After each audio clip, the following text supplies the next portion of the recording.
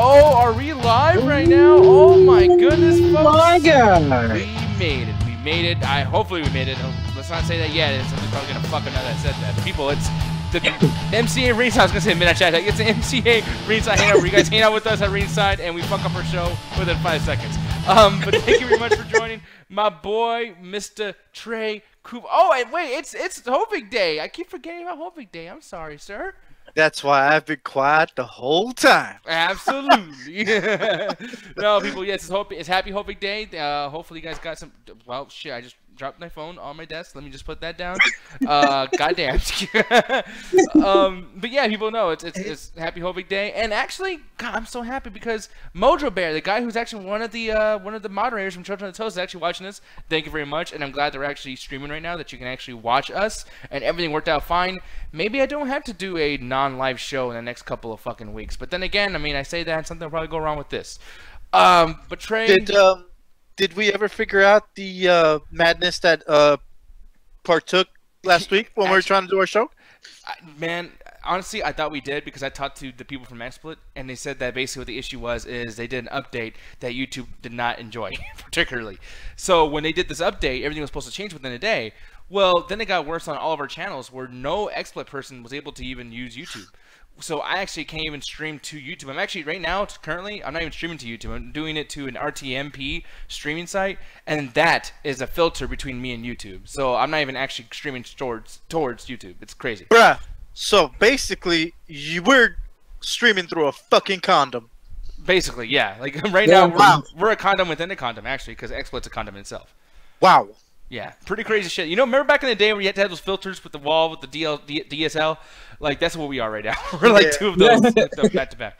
It's fucking crazy. Ain't this about a bitch? Yeah, but that's the thing, people. That's why you should go to broadcasting school and learn your shit, unlike me, because what I did is I just fall in situations like this and I don't know what the fuck to do because I didn't go to school. And then, you know, I mean, it sucks. So that's why people go get your college, get your shit done, and then hopefully you learn what you got to learn and you don't get in situations like I have. But aside from that, changing of the algorithms and all that stuff, we're actually able to even be on right now, which I'm actually really surprised. And if something does happen, this fucks up halfway through, which could happen. Just keep it locked on the channel, and I'll post this later on at the night. But I'm looking over here, too. The way we're doing this now, I'm actually only streaming at 3,000 kilobits per second, so we won't be dropping any frames. No dropping any frames. Oh, yeah. My God. We ain't dropping at all. I mean, my Hangouts just keeps freezing, but yeah, it's good. How's you? Yeah. Oh, and that's another thing too. We might have to start doing this through Rabbit. I'm not even joking. With the midnight and the midweek, what I've been doing is going into Rabbit so they can see my screen while I'm doing the show. Unfortunately, Hangouts doesn't want to do this whole Google Hangouts on air thing anymore. So they're taking out certain settings, and one of the settings is you guys being able to see what I'm projecting to our audience. So when I have a visual reference, I'm going to have to explain it to you like as if we're just audio only because you guys are not going to be able to see it. Right. So, well, goddamn. Ain't this about a motherfucking bitch? I know, it's been crazy. I know people don't want to hear a bunch of technological babble, but it's like, people, trust me, there's a lot of things we got to go through. Half of this shit you just explained, I still don't have no what the fuck is going. Yeah, I mean, I know the simplistic form, but I'm like, I don't know this. Whatever the fuck condom shit that we're broadcasting. I don't fucking know. Jizz everywhere. But the thing is, though, speaking of jizz, my jizz, who turned into a fucking human being, Trey, because he's my son. I said that in a very gross way. What's going on, y'all? He has a pair, by the way. No, I gotta stop with that joke. That's a dumbass joke. I don't know why I keep fucking saying that. But Trey, thank you very much for actually coming on. I know you're probably getting irritated every time we do this, every show. We can't get the shit to work. But no, we've made it. Like all three of us. Like bravo. Hey, pat yourself. Hey, I'm dedicated to the ringside hangouts, man. I'm having teeth pain right now. My wisdom teeth is bothering me. I want to knock myself out. But no, this is all about the wrestling. It's all about the ringside hangouts. I'm in at 100%. Let's go. And he's trying to do the fucking Bray Wyatt thing. You gotta lose more weight before you do that shit. You're gonna break your back, boy. You can break your motherfucking back. But speaking of him losing weight, people, go to his Facebook. Apparently he's turned into a selfie whore. He is looking sexy as fuck over there doing all these glamour shots. Man, I gotta tell you, dude, you give me a little bit of inspiration. I gotta go fucking lose some goddamn weight myself, man. Yeah, same here. Well, I mean, that's a first. He's like, no one's ever been I've never inspired anybody before like that. But also tough. Hey man, no, I love it. I appreciate it. One thing too, we're gonna talk about this right away. So I'm glad Raheem brought this up. He goes, Trey, your boy John Cena sucks. Ron Detroit sucks. 1 out of 5. But Undertaker will crush Cena. Yeah, Undertaker will crush Cena at WrestleMania. Now, here's the thing. You gotta be happy a little bit, Jose, that even if we do get this Undertaker match, he's not fighting Roman Reigns. You know, and maybe Roman Reigns will not be the main event at the end of the show.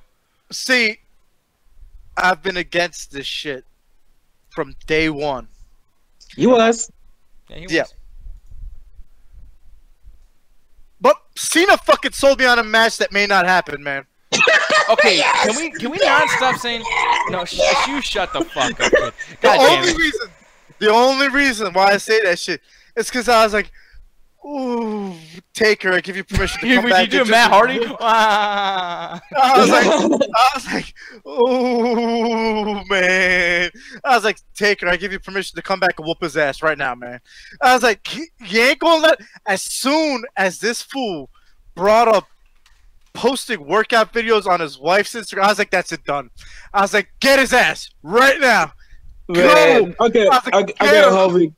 I did not expect this from you. I expected you and Nick to just, I told you so, Trey, because I told you if I'm wrong, you guys can go ahead and do that. But man, you have to admit, though, John Cena went in on that promo tonight on the Undertaker, man. I was like, as soon as that promo ended, I was like, fuck.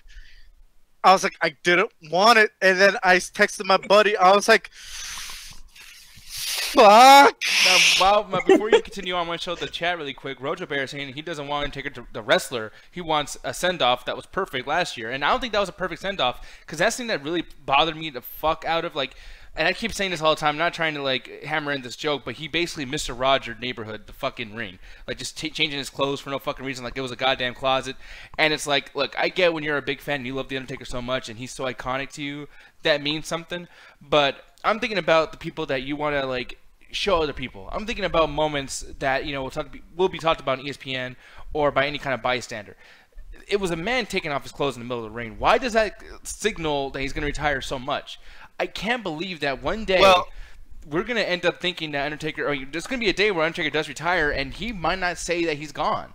And that frustrates me because last year we all agreed, even Hovey crying at WrestleMania in the audience because he was there. And, you know, he was like, yeah, this could be the last time I saw Undertaker. But it's fucked up that you don't know if that's ever going to be the case. And it's like, I mean, it might not ever happen until the fucking dude's dead. You know what I mean?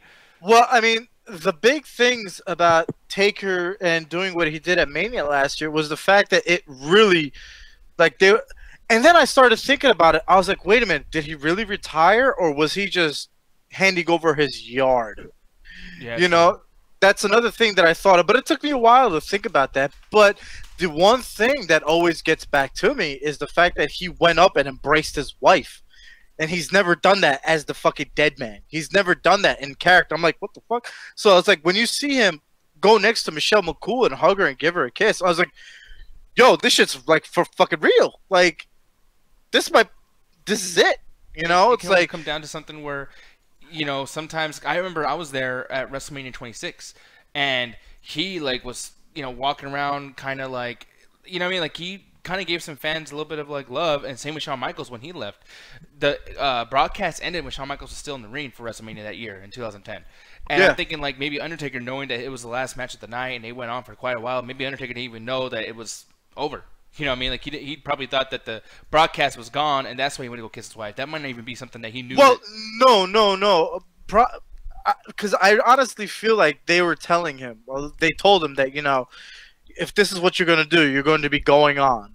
And we all saw that the broadcast literally went on until he went down back into the ramp, how he came in. Yeah. So they probably set it all up like you said, Nick. We have no fucking idea because they never even said it. It's been all speculation, but at the same time, it really kind of was a very heartening send-off if it was his final time.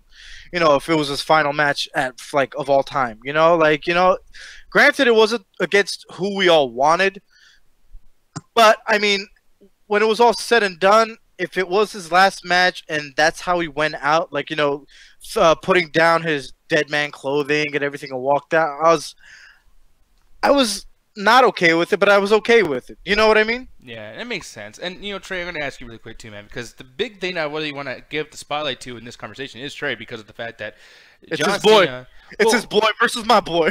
Well, true, but the biggest thing here, too, is I got to say, I feel like it's fucked up that John Cena's going to carry this entire feud on his back. I mean, this is something where John Cena's going to have to be the all-star, man. I mean, like, Trey, what do you feel about that? Do you think it's too much exposure to John Cena? How he's literally been playing both the antagonist and protagonist of his own fucking feud against Taker? Like, does that get on your nerves at all, or? No, it doesn't, because the thing is, besides the SmackDown thing, because honestly, I expressed this on SmackDown the last time we did the show. I didn't like how they just gave him the match with AJ Styles and everything.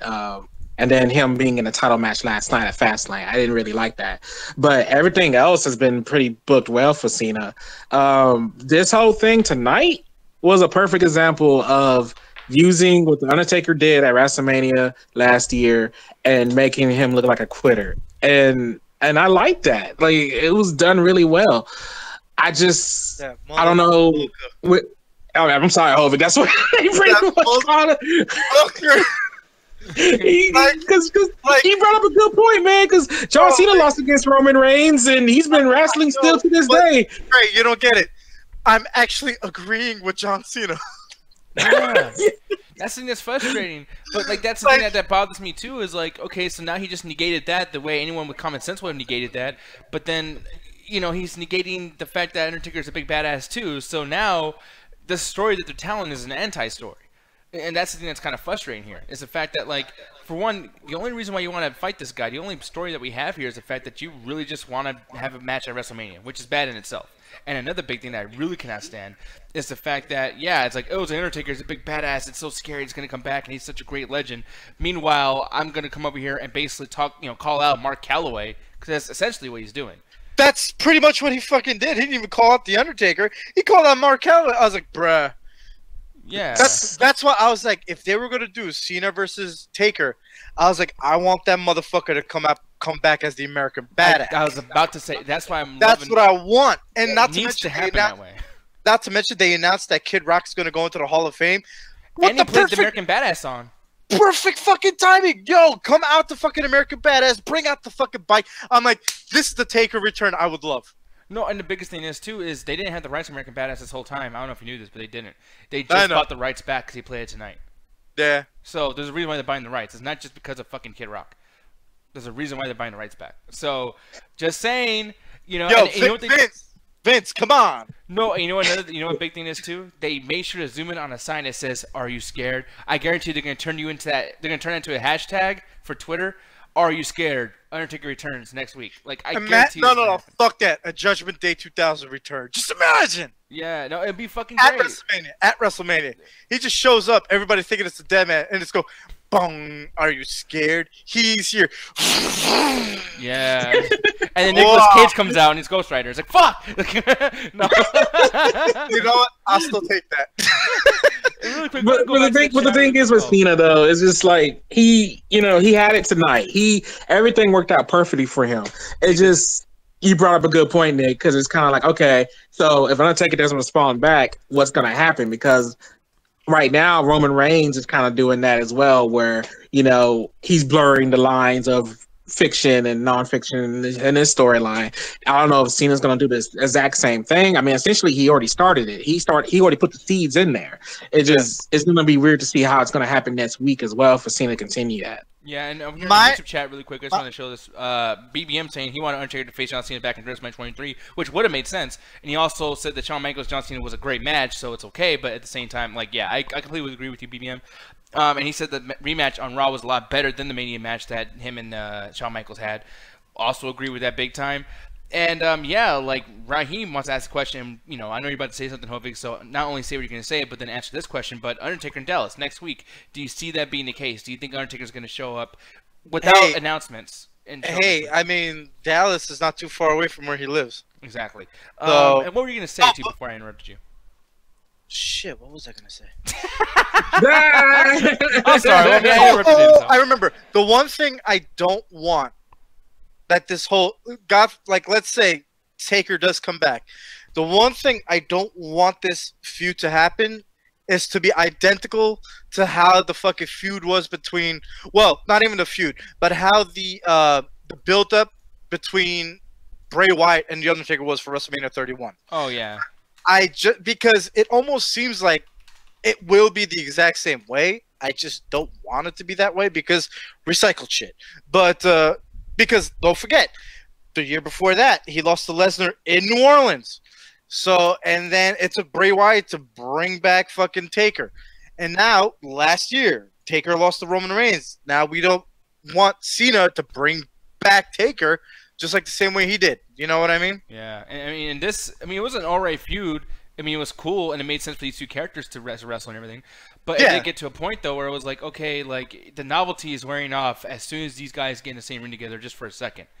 Once that happens, the novelty's gone because these characters need to have their own shit kind of like sanctioned off, so they're the creepy guy of their thing.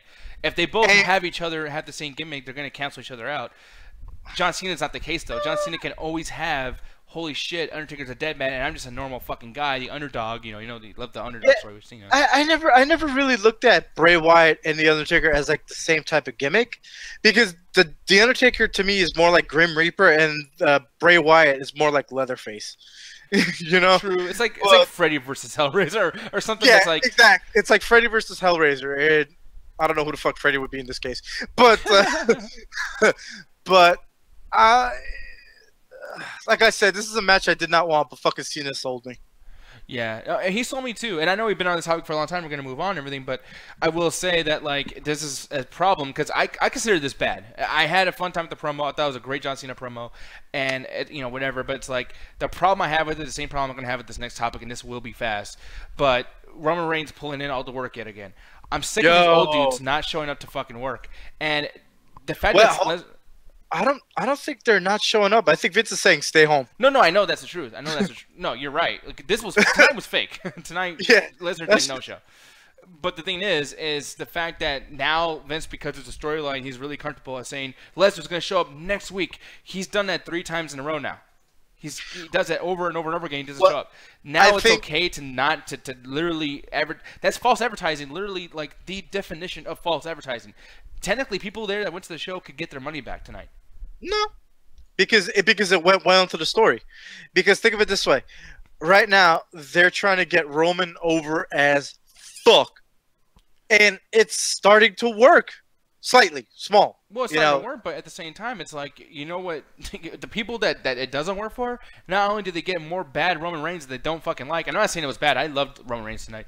But it's like for people who didn't like it, though, not only did they get a horrible promo from him, but they also don't get where they fucking bought the ticket for Brock Lesnar.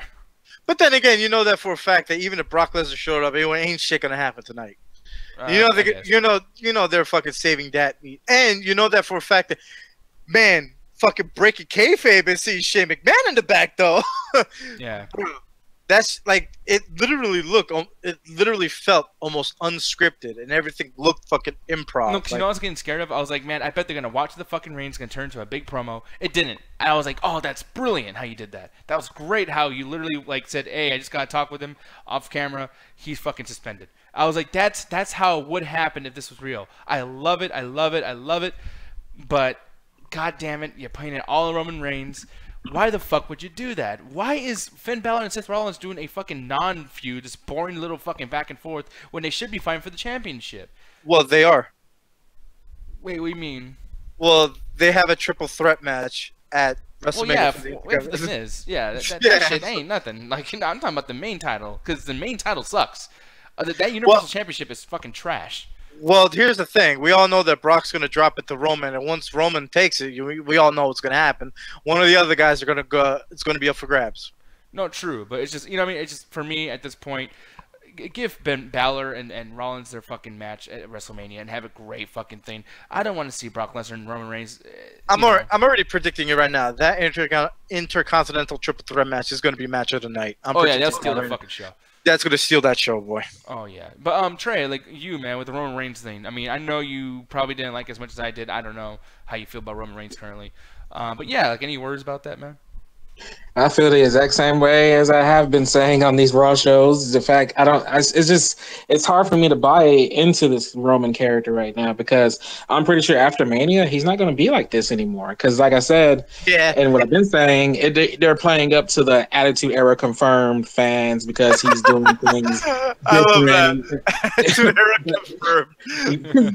Because they have him saying bitch and him like going to the back. Oh, I'm going to get in trouble. It's hard for me to buy into this character because I'm pretty sure after Mania it's not going to last. So, but as of tonight, it was pretty good. I liked it. I liked it a lot. I really love the blurred reality, thing they did tonight because I did that a lot tonight actually. Now that I think about it, not only with Cena and Roman, but even with Alexa Bliss and Nia, like they're doing a pretty good job with that. It reminds me of that old Attitude Era thing where they used to do that secret camera back in the day. Do y'all remember what that was called?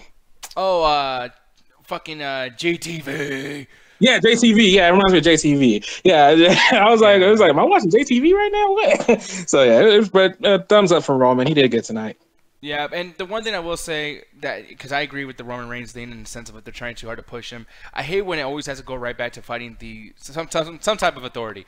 I've seen this happen, and granted, I still liked him because he's such a great fucking dude. But the CM Punk shit with John Laurinaitis, I'm sorry, but this was the part where CM Punk's stock started going down with WWE, and in my opinion, just in general as far as entertainment, because it was like, oh, you're trying to do Stone Cold again, just like. And by the way, too, like he was saying bitch a lot and ass, and kept name dropping people like Colt Cabana over and over again, Chris Masters, Vladimir Kozlov, all the guys who just got released. And not even in that storyline sense, just kept bringing them up. Like, oh, I bet you enjoyed firing Chris Masters. Yeah. It's like, okay, well, was that going to lead to anything? No, okay, fuck you, like, whatever. And another thing that really bothered me, too, is, and, you talk about Roman Reigns, Trey, but your boy does this all the time, John Cena. Back in the day with the Nexus. I remember they had a whole year where they didn't say the word wrestler and they didn't say anything even more than but. And on this particular episode, I mean, well, this is a promo that has a bunch of episodes, but basically, leading up to Survivor Series 2010, John Cena was going to get fired if he lost a match or something, which happened. He got fired and he became Juan Cena in the dark matches or whatever. And he did this promo of like, you know what, since I'm fired and I know I'm going to get in trouble, I'm going to get fined for this, but Nexus, I'm going to kick your ass. And I'm like, really? Yeah, I remember that.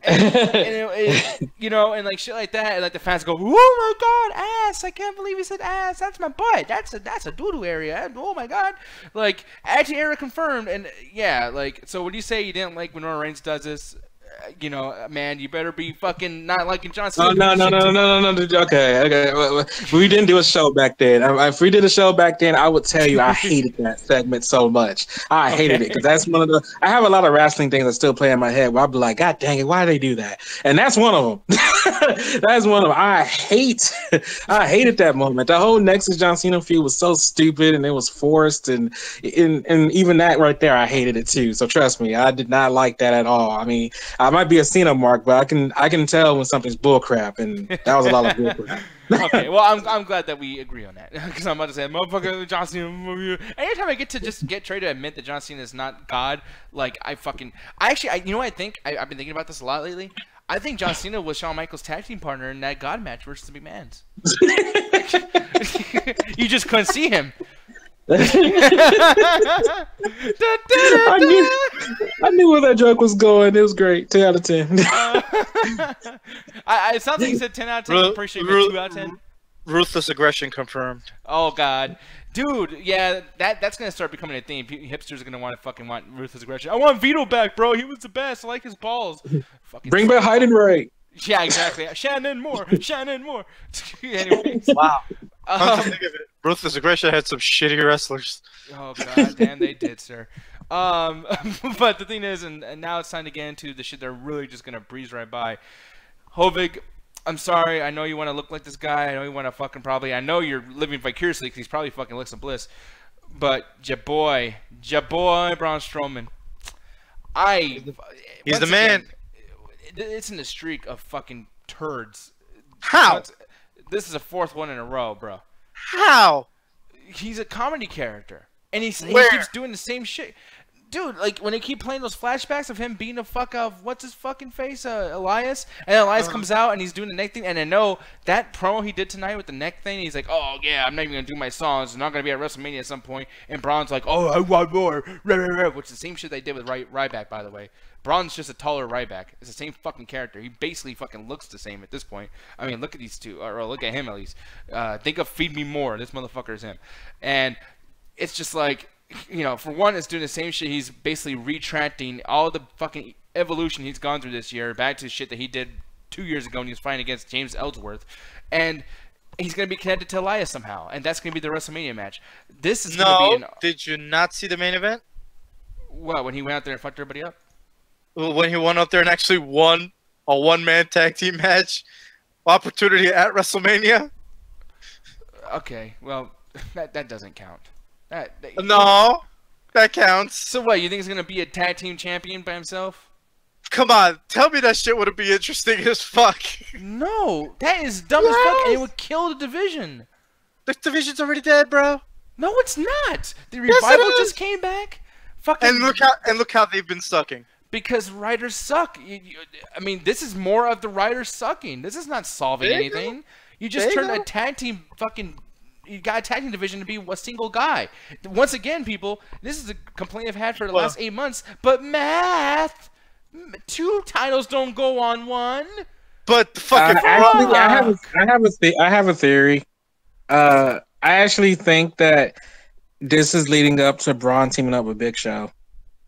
And the reason why I say that is because a lot of people were saying Big Show's contract was up and everything and stuff, but in reality, like he's still with the company, and they said that he's been training up for a WrestleMania thing, and I'm thinking this was it. Like I'm thinking Braun won, and it's gonna lead to Big Show teaming up with Braun. It's just me dream booking, probably, I know, but I'm just trying to put some signs together in the stars that I hope are there. That's what I think is happening. I don't think Braun's gonna win it by himself. Yeah, and by the way, too, Shark is saying Happy Hovig Day, so Hovig once again, Happy Hovig Day, sir. You know, Happy Hovig Day. Just want to remind you, spread the holiday cheer. And yeah, Rojo was talking about Cena definitely ruined Nexus.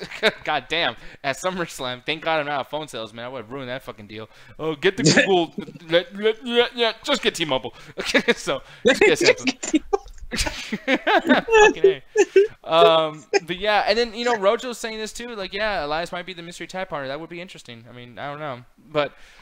It's fucking ridiculous, this whole goddamn thing, man. I mean, I'm not liking Strowman at all.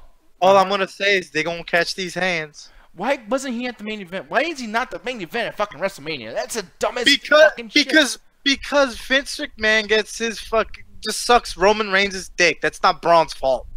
Oh, God, I don't know. It kills Trust me. I wish it was Braun Strowman versus Brock Lesnar because they still have unfinished business. They do.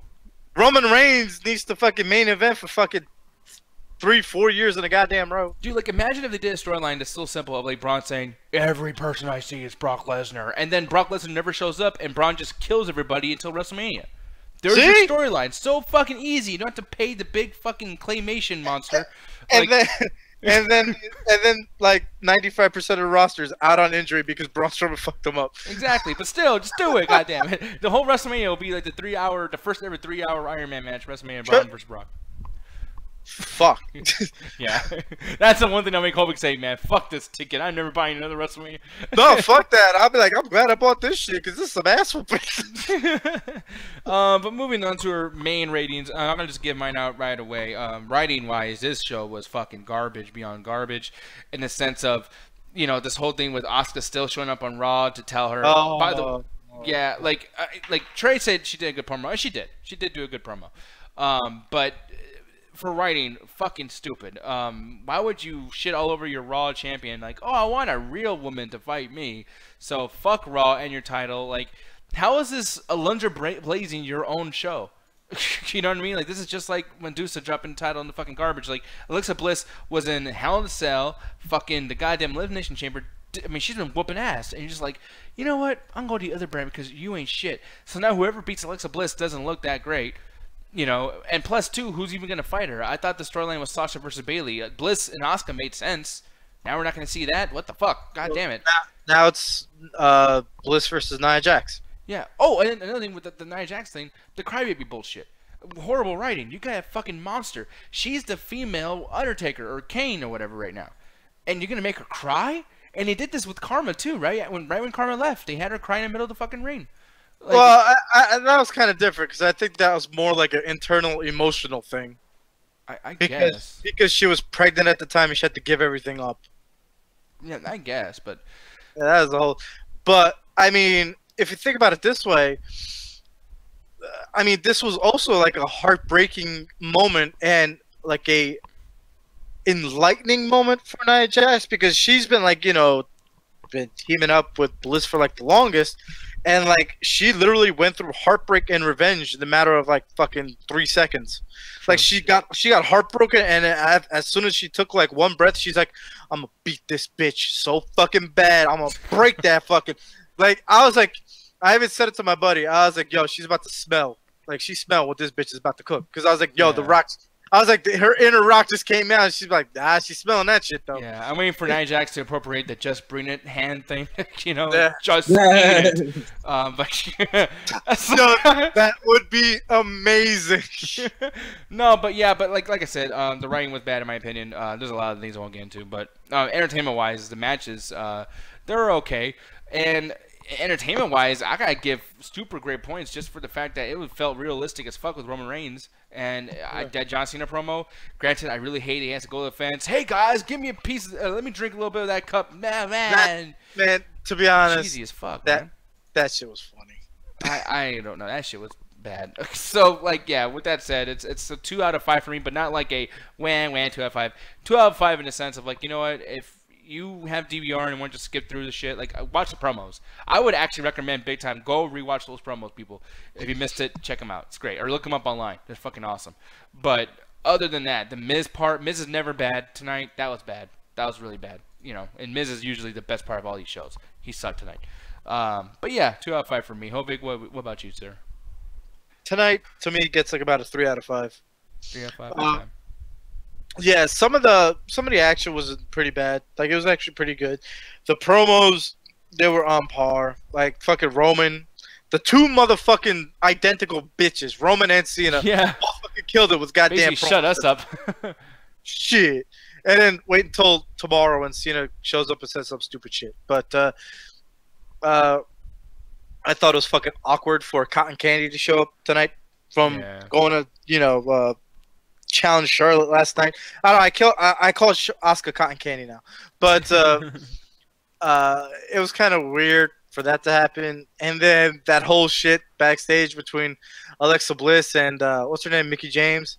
Yeah. I thought that shit was kind of funny until they started talking shit about Nia Jax. I was like, oh, this man, she's about to get broken in half. So yeah, all in all, today gets a 3 out of 5 from me. All right, and Trey. This is your boy that was doing great this show. Me and Hovig said John Cena was great. So, wondering how you felt with the rest of the show because of that. Go ahead, dude. Yeah, I'm with Hovig, 3 out of 5. I think I enjoyed the matches a little bit more. Granted, the Sasha Banks match I didn't really care for too much, but I thought Finn Balor and Seth Rollins put on an awesome match. Asuka and Mickie James, I'll color me impressed. It was better than an NXT match actually. And then I enjoyed the tag team match at the end as well, even though technically Braun Strowman won by himself, but still. The promos were just amazing tonight. Like I said, I love how they blurred reality with the kayfabe and all that. It was amazingly done tonight. Bravo to Raw for being able to do that. And the only thing is that Nia Jax, the crybaby thing. I'm just not for it, man. It's annoying how they're turning this character. Like, I hate that they're making this feud happen by making her into a crybaby. She doesn't need to do all that, like the destructive thing or whatever. It's not that great. And also, does anybody else not find the irony that originally Mickie James left the company because Lay Cool was making fun of her weight, and then her and Alexa Bliss just did the same thing tonight to Nia Jax? Like I was just like, that. Why would Mickie James do that to herself? That was kind of I was a little iffy on that one. So yeah, I wasn't. I guess it's whatever. So overall, besides all that, 3 out of 5. And yeah, good job for Raw. Yeah, I'm actually surprised. I'm actually glad that things were actually good for once with Raw. But the thing is, though, Trey, there is some other things good about life in general, especially around these parts. So why don't you tell the people what those fucking things are, man? Yes, sir. Tomorrow is the SmackDown Ringside Hangouts. Join us tomorrow. We might give our review on Fastlane as well tomorrow as well, since it is a SmackDown pay-per-view. And then also talk about the SmackDown show. And then, of course, Wednesday is the Midweek Chat Attack. Join us there at 7:30 CST, where we talk about things that's happening in the middle of the week. Friday is the Untitled Gaming Show on the Midnight Chat Attack Facebook page. Please join us at the Midnight Chat Attack Facebook page. We got awesome stuff going over there all the time. And of course, wait, baby. What did I forget? What did I forget? Dun dun dun dun dun dun. Oh my god! Oh my god! Stop Austin! Good God, oh my bitch. People, Friday, before the Facebook show, it will not be live, but we will be doing. It's March 16th. It's 3 of us, and there's a top 16 of our favorite Stone Cold Steve Austin moments to celebrate 316 Day. Hovey's gonna be drunk. He's gonna have beer all over the goddamn place. I got my oh hell yeah, motherfucker! Oh, you're goddamn right, son. And you're goddamn right, you son bitch. Say it again, you son of a bitch. But then Trey over here, he got pear. We got a pear, and I'm gonna have beer. Oh god, give me a Pairweiser. And that's the bottom line, Trey. Why don't you tell him what to do when I put that goddamn song on, you son of a bitch? Okay, well, man. So after all that on Friday, Friday's gonna be packed. It is Saturday, of course, is the main event of the channel, the Midnight Channel. Join us there at 7:30 CST. We got the after hours ran by Mr. Alan Birdman and Ganja Guru. And then of course after that, you turn the clock back around, you get this show, the Raw Reaction Ringside Hangouts. Thanks for joining us tonight, guys. Thank you very much, and happy Hovey Day. You son, oh, you change your goddamn, you stupid motherfucker. God damn it. What? What? Yeah. I'm gonna get some beer, a little more, some vodka, a little more whiskey, some tequila, a little more vodka. So I'm gonna have some goddamn Simply orange juice, and I'm gonna be like, orange doesn't taste very good. We're gonna have ourselves a screwdriver. But people, you know what else gonna be doing? Man, wait, I fucked that all up. We're not gonna be doing anything. We're gonna be saying something, Trey. You ready? Yes, we are. And on the 1, and on that 2, and on the 3, Trey, attack the chat, man. Keep the chat. Screw WrestleMania, screw SummerSlam. WrestleMania is great. You leave it alone, Trey. Picking on that fucking show. Oh man, last year's WrestleMania. Look, I'm hoping this WrestleMania is good so I can drop that slogan. That way I can say screw SummerSlam and screw Raw 25. But honestly, it's getting too long.